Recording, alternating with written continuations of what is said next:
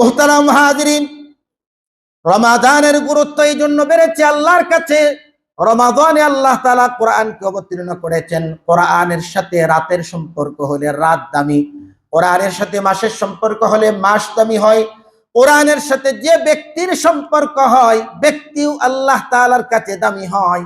কোরআন কতটা বরকতি এক কিতাব। আল্লাহর হাবিব বলেন, মান ক্বারাআ হারফাম মিন কিতাবিল্লাহ ফালাহু হাসানাতু ওয়াল হাসানাতু বিআশরি আমসালিহা।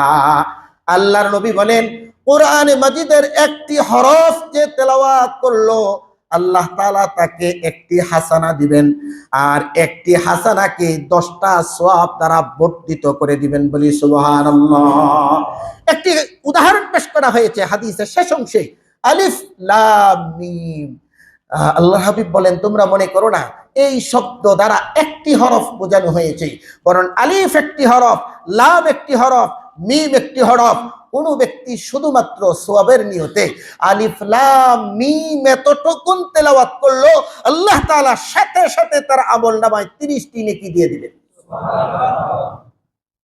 আমাদের বাচ্চাদেরকে স্কুলে কলেজে এরকম দোয়া তাসবিহ এগুলা শেখায় না। হাট্টি মাটিম টিম, তারা হাটে পারে ডিম, তাদের খাড়া দুটো শিং, তারা হাট্টি মাটিম ঠিক। এগুলাও আমাদের বাচ্চাদেরকে শিখায়। শিং থাকলে ডিম পারে, এটা পাগলেও বিশ্বাস করে।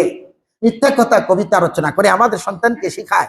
কিন্তু তাসবিহ তাকবীর এই জাতীয় কিছু কথা, কোরআনের কিছু অংশ, দোয়া, এগুলো আমাদের সন্তানকে শেখানো সেই পরিবেশটা নাই। মুহতারাম হাজিরিন, কোরআনে মাজিদ এমন এক বিস্ময়কর কিতাব, এর সাথে যে সম্পৃক্ত থাকে আল্লাহ তাআলা তার মর্যাদা কত বাড়ায়। আর কোরআন